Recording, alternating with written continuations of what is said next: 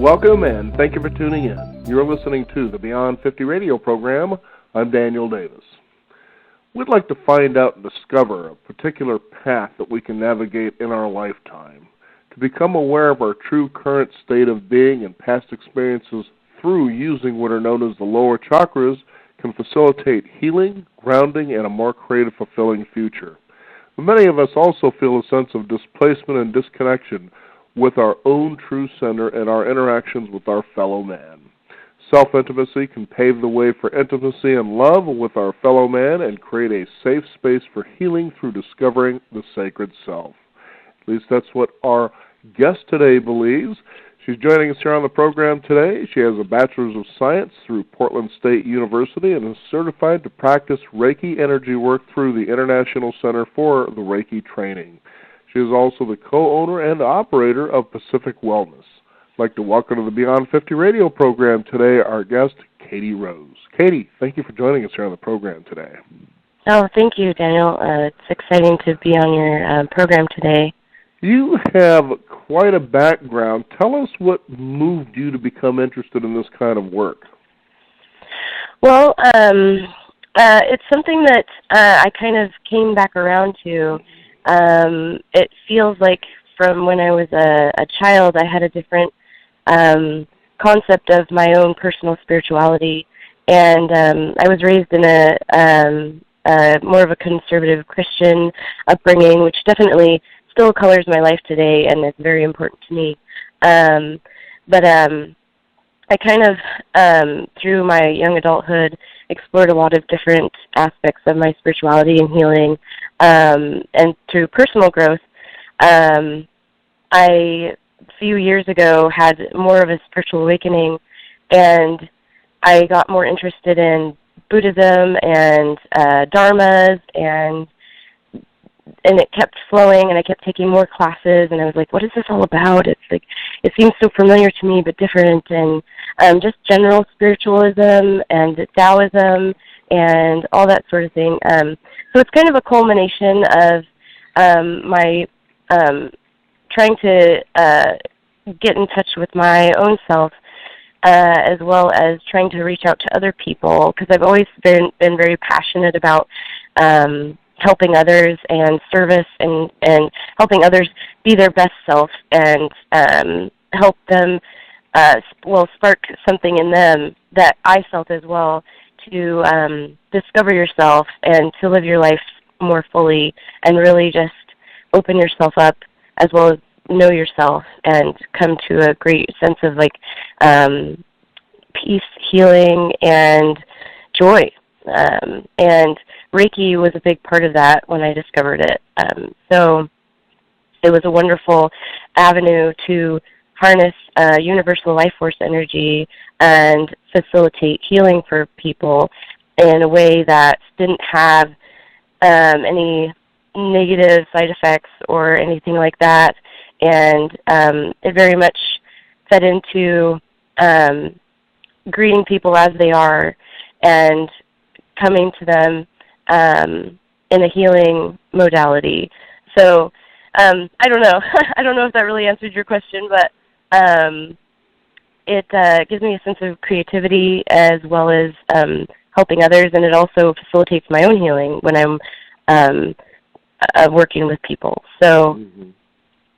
Now, was there a particular event in life that led you down the path of Reiki? You said, being raised traditional Christian, that might be one of those situations you might find to be weird science, I guess. So what happened there that you really were drawn to that kind of work? Well, I just sort of followed my gut, really. My mother and father, they're still trying to learn about what I'm doing, and they've been very welcoming and open, even though it's somewhat foreign to them. But my mom always told me, do what feels right, do what feels right in your gut, what quote-unquote tastes good. And it just kind of was a snowball effect, really, from listening to my gut initially. About 4 or 5 years ago, I felt prompted to, it was so funny, felt prompted to go into this piercing shop. And I was like, thinking, why? Like, I don't know why I would go in there. I don't really have a reason to go. I've had a couple, ear piercings or whatever, but so I went in and I ended up chatting with the gentleman who worked there, and he ended up telling me about, I was voicing my concerns. I was like, I feel kind of lost. I just don't know where I'm going. I just feel like I have all these, like, wanting all these answers, but I don't even know what the questions are. And I want this path, and I want this, like, passion and, like, this drive. And he's like, well, you're thinking of Dharma, and he gave me a bunch of recommendations of, like, books to read and movies to watch, and I ended up really connecting with this human being on this synchronistic level. So, and he, I don't know, it was just like this wow moment where the whole drive home, I was just like, I felt alive, I felt so open, and it just built from there. So that was 4 or 5 years ago, and ever since then, I've just been coming in contact with different people who have felt like everything they were telling me, I just felt it was true. It was just like, yes, oh my gosh, yes, And one of those people that I ran across, it's a lot to do with synchronicity. It's a lot to do with trusting in my universal path. And I just ran across an ad on Craigslist. I'd heard of Reiki a couple times, so the word was kind of in the back of my head. But I ran across this ad on Craigslist for Reiki healing, and it was who is now my first teacher, who I took Reiki 1 and Reiki 2 with. So there's 3 different levels of Reiki, and she was talking, and I looked up her website, and she had been talking about how she works with people in palliative care with Compass Oncology, because I believe it's the Northwest Reiki Association, and they are certified to work with OHSU and Compass Oncology to work with people in palliative care and who are going through treatment. So I felt really inspired to get to know her because I felt passionate about that, because I thought, that's where I want to be. I want to be helping people. I want to put my hands on them. I want to be helping people who are going through some of the hardest times, and people who are experiencing grief and loss, and a sense of just not feeling like you have your groundedness.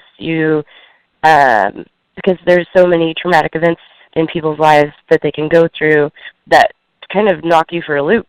And so I ended up following through and contacting her and taking my first Reiki and second level Reiki training and initiation, and then started my practice.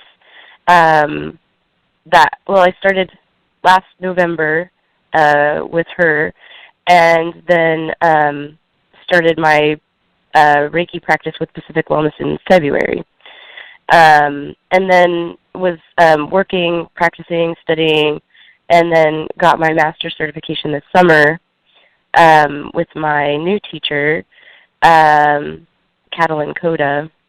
But it really, and even with her, with Miss Catalin, it was really a matter of really feeling things out, listening to my heart, seeing what the universe was trying to help me, guide me into. And for the first time in my life, and I tell people this a lot, I really feel like I'm finally on the path. I mean, even though you always are, you're kind of meandering a little bit. Right. And getting confused, back and forth, being chased. You just never know how it's all going to turn out. I think the amazing thing is that you talked about how your parents guided you to really follow your gut, so to speak. And, this is a day and an age where we don't seem to see that too much. That sort of follow your instinct, follow your heart, what does your soul tell you? We really tend to surrender a lot of, I guess, ourselves, our personal power over to so-called experts, which we have an unlimited number of, that are willing to stand out there and tell us what we're not doing right and why we're not achieving the kind of things that we would like to achieve or experience the kind of life we would like to be experiencing. And I think that it's done more of a disservice, to me anyway, for people that have sort of maybe lost the confidence to be able to find their own way, regardless of that you're going to trip up and have mistakes, so to speak, or, those non-rose-colored days that it just doesn't seem anything's going your way. But in fact, it's at those times that really you're about to, I think, find a breakthrough that's going to continue to solidly prove you're on the right path if you have been following, in fact, your spirit or your heart in the first place, which leads me to wonder about this motivation, so to speak, of self-discovery and integration through what are known as the 3 lower chakras. Tell us about what those are and how they, relate to the upper 4, I guess. Yeah, thanks for asking. So there are 7 main chakras that align the spine. Chakra translates to, I think, wheel or disc. So they're centers of energy that travel up through, they align along with the spine, and they go from the root base up through the crown of the head. And the root base is kind of in the genital region. It's around the cervix for women, and behind the, I can't remember what you call it, it's in the perineum, I think that's what it's called for men. And it goes, there's 7 that travel all the way up through to the crown of the head, as I said. And the 3 lower ones are generally based in more matter. So they're in the root and the sacral area, like right below the belly button. And then in the abdominal region, below the heart, between the heart and the belly button, is the solar plexus. And then there's the heart, which is where the heart is. Hey. And then the throat, and then the third eye, and then the crown. The 3 lower ones, well, the reason that I kind of became interested in the 3 lower ones was just because personally there were some different things that I was struggling with and curious about with my sexuality and my sex drive and things like that. And so, and then my sense of like security and creativity and safety and these sorts of things, and my sense of like feeling belonging and feeling a tribe. And they're things that I didn't have a great grasp on, and I wanted to know more about them and how I could get to know them better, to better know myself. And through exploring those and doing some different meditations, attending some workshops facilitating that kind of topic, I ended up learning more about where I really stand. And I was really surprised because a lot of times people can focus a lot more on the head, and they're like, just in my spirituality, and I'm meditating, and I'm lighter in my head. But I think focusing, and everyone talks about love in the heart, but there's a lot of need down below. And, your sense of need, your sense of getting the things you need is in your root. And that starts when you're a baby, and people who possibly, didn't get what they need, or, a lot of people experience different kinds of emotional abuse or sexual abuse trauma, and, which, without going into a lot of detail, I experienced in my life. And I think there becomes this disconnect, and also in our society, there can be a lot of shame surrounding our sexuality and exploration of that on all kinds of different levels, just like what's okay and what's not okay, and like what's okay to like even share with your partner, which is like crazy because it's like that's like your partner should be your most intimate person to share with, and instead a lot of us experience shame even with our partners, and so through all that, I wanted to, I really started, and well, also from talking to other people, who just have this sense of, like, I've been, like, going through school and, like, for, like, 10 years, and I've done this degree and that degree, and I've had this job, and I'm, like, studying law, and I should feel, like, really, like, successful, but I don't. I'm like, you know, what is going on with me? And I actually really just want to be a writer, you know, and and I'm like, what is that about? You know, people can be like, you know, 65, and they're like, I'm just really starting to discover myself, you know? Yes, that's true. Life seems to be that unfurling of the onion, as they like to use in the Eastern philosophy, isn't it? Right. Yeah, and so, yeah, and just like that, I actually saw everyone as this beautiful, I see everyone as a beautiful lotus flower. Onions are delicious, don't get me wrong. Especially sauteed with garlic, but we're not talking about using that today as a recipe right? to be able to heal personal intimacy. That's something else. Something else I'm passionate about. Now, personal intimacy versus interpersonal intimacy. Tell us about, you know, those two side by side and how they may be the same or different, in fact.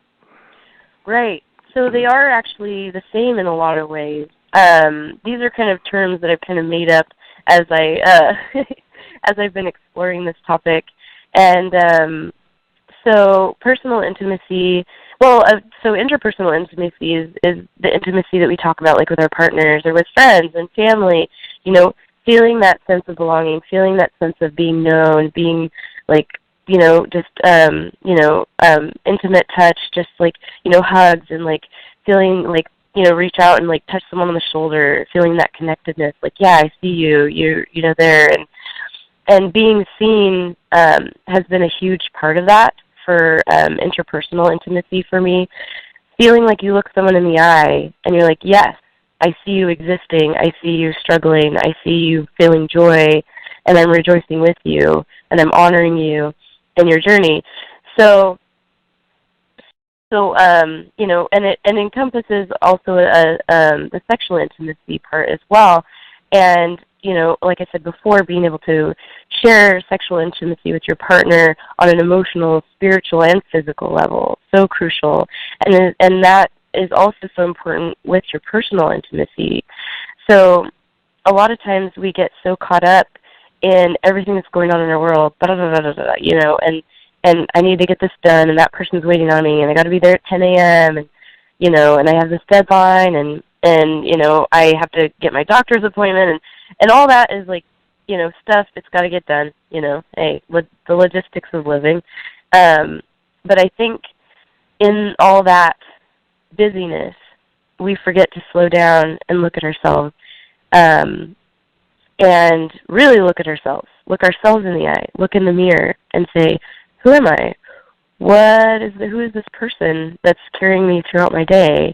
And, you know, every morning I wake up and I think, I say thank you, and I feel gratitude for this body I've been given, for, you know, in all aspects of it, you know, the things that, you know, it's not so great at, the things that it's wonderful at, just being surrounded by the abundance that I have. And I think, you know, just in relation to the three lower chakra situation, you know, it's kind of exploring those different needs that aren't just, you know, like getting food, you know, and things like that. And which actually reminds me, you know, some of that can lead to that feeling of need, you know, can lead into addictions and compulsions and things like that. And, you know, I don't want to talk about it too much because I'm not like a certified psychotherapist or anything, but it's a very spiritual centered type of healing. And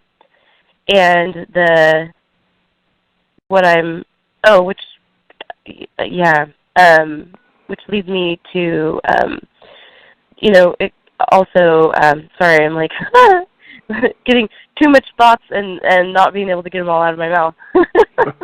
That can sometimes happen when it comes to intimacy. We get very confused, don't we? We can. that's for sure. But yeah, just to simplify it a little bit, but just like seeing ourselves, exploring ourselves, understanding our bodies and rejoicing in them. Just like, being like, wow, I didn't even notice that freckle before. And taking time, enjoying, meditating, you having creative outlets, which is very important for our sacral chakra, our creativity, our center of sexuality and creativity, and I think those can feed into each other, and feeling that those needs are met, and our sense of self, like they're all wrapped into there, Mm-hmm. And I guess through discovering that, you can find a source of healing by connecting the lower three with the upper, so that you feel a sense of your spirituality connecting through all of those in all aspects, so that in the heart, in the mind, in the body, yeah. So now the intimacy healing process, tell us how that works in people's lives, what that process is that you actually facilitate there. So what I'm working on is slowly trying to parse this out. So it's still kind of in a process. I'm really excited about it because it's new, and I'm really passionate about it. So bear with me if I start to ramble a little. Well, sometimes work gets very exciting and the passion just flows through, but I'm certain that people will come to understand what it is. Yeah. So what I'm hoping is to start doing some writing and some workshops for people to read or something to attend, where they can have different exercises or meditations that can facilitate healing. But even today, just being aware of that, and I think that's one of the main things that I wanted to focus on, is the awareness in the body through meditation or walking meditation, or just taking 5 minutes a day, sitting down and breathing. I think that a lot of us, even myself, I'm always guilty of it, forget to breathe. Sometimes a lot of us do. Yeah, so intimacy healing, and my goal is to start in the personal intimacy arena, do a lot of self-discovery, and then see slowly over time how that even branches out into our interpersonal relationships and our career and our hobbies and just our friendships and even interactions with people we just meet on the street. It opens our confidence up, really, like spiritually and emotionally, so that we can be open to experience what the universe has to offer for us, or God, or spirit, or however you like to say it, what is meaningful to you, so that we can, because I found, like, as I was waking up inside, and I use that term a lot as well, I see a lot of people waking up, which kind of gets me excited, because I felt like a long time the world was kind of a cynical and scary kind of place. There's a lot of negativity going on, especially in the media and around the world. There's a lot of hardship. There's a lot of turmoil. But I feel like the positive thing I'm seeing through what I'm trying to facilitate and encourage through intimacy healing is the waking up and the bringing together of the lower three and the upper four, which creates a center and a sacred center where you just are in being. You have your breath, you have your mind, you have your presence, and so the goal is to find that center and your sacred self through exploring all of these different avenues. Now, tell us, I understand that you do have a workshop coming up in Portland, Oregon about finding center. Tell us about that, when that's going to occur, in case people who happen to be listening today will actually be able to attend. So, excuse me, my goal is to be facilitating a series of workshops coming up in the spring, the early spring. I don't have specific dates yet, unfortunately, but if they are interested, they can definitely go on our website or our Facebook page and keep an eye out. We always have different little tidbits of info and inspiration and enlightenment going on our Facebook page. But if you're not much of a Facebooker, that's a term now. Seems to be. Definitely keep an eye on our website, because we'll be slowly also putting up essays and blog topics on our website as well, and we'll be putting up those dates once I get them locked down. Well, that certainly sounds reasonable enough. What is a final thought you'd like to leave with our listeners today? Essentially, that you are not alone, that healing is possible, and you can find it in yourself. I mean, I really believe that the most powerful healing comes through when people find those aha moments for themselves, like I did. And I'm still getting aha moments. Mm-hmm. Well, it's nice to wake up and feel that way throughout the day, isn't it? It is. It really is. It creates a lot of confidence and joy within yourself, and I've noticed over time that it's created a sense of ease in my life. I feel comfortable sharing.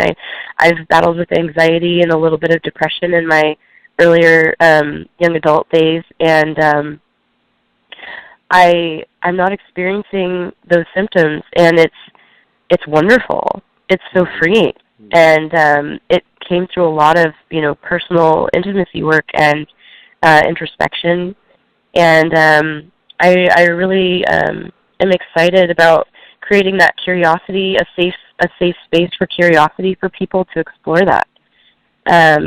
We are creatures of creation, and to be able to have a sense of that in our daily life is a beautiful thing, and I think it's going to open up some wonderful things for a lot of people, and I'm excited. Yeah, and the exciting thing, too, from what I'm hearing from you, Katie, which is very encouraging, is that, it's as I talk with people, for instance, what are the things people who live a long time and have a very vibrant life, what are they doing that allows them to age the way they do? To age in a healthy way, to be excited as they get up each day. Because it's easy that after perhaps 50, 60, 70 years of living, you might have this feeling, well, there isn't really anything that's going to happen that can surprise me. But they found that what keeps people vibrant, what keeps them aging in that particular way that we would all like to, where you have that sense of health and vibrancy and energy, as I was describing, is, the first thing is that you're learning new things. As you were just talking about there, you were alluding to the fact that it's getting up and feeling that aha moment is going to occur again, and perhaps again and again, that path of self-discovery. And the second thing is simply putting things ahead of you that you can look forward to, whether it's that picnic with a friend, down the street, or the birth of a new child or grandchild, for instance. Those sort of things drive people forward, and that's the kind of future that you want to plan for yourself. I remember, thinking as a kid how cool it will be when, my mom and dad's company picnic is coming up in 2 weeks, but how we kind of fell off the side there as we aged, and all of a sudden we weren't putting those things ahead of us anymore, and life just kind of got into a routine or even a rut, and it just wasn't as exciting. And certainly it sounds like through your work, and we'll have you give out the website for the listeners here in just a minute, is one of those that opens that back up again, because it can get clogged, especially if you're following routines and the same old habits. You can see how people can become jaded, especially over time. What is that website people can discover more about your work? It's www.packwellpdx.com. Okay. And I know that Pacific Wellness Associates is how they can find you on Facebook? Right. Yeah, it's facebook.com/packwellpdx. Well, very good. Well, Katie, thank you so much for joining us here on the program and bringing this marvelous work to the world so that they can learn how they can age and age with vibrancy and excitement. Exactly. There's always a new chapter. It's always going to surprise you. That's the other thing I have to say. There's always going to be a new petal opening on your lotus flower. There you go. Get that flower opening. Very good. Katie, thank you again for joining us. You bet. We want to thank you, the listeners out there, for tuning in. You can also discover more by visiting us at beyond50radio.com. That is the number 50. We encourage you to sign up for our free weekly e-newsletter and also visit us on Facebook as well and follow us on Twitter at Beyond50Radio. I'm Daniel Davis. Thank you for joining us. This is the Beyond 50 Radio program, and remember, live your day past halfway.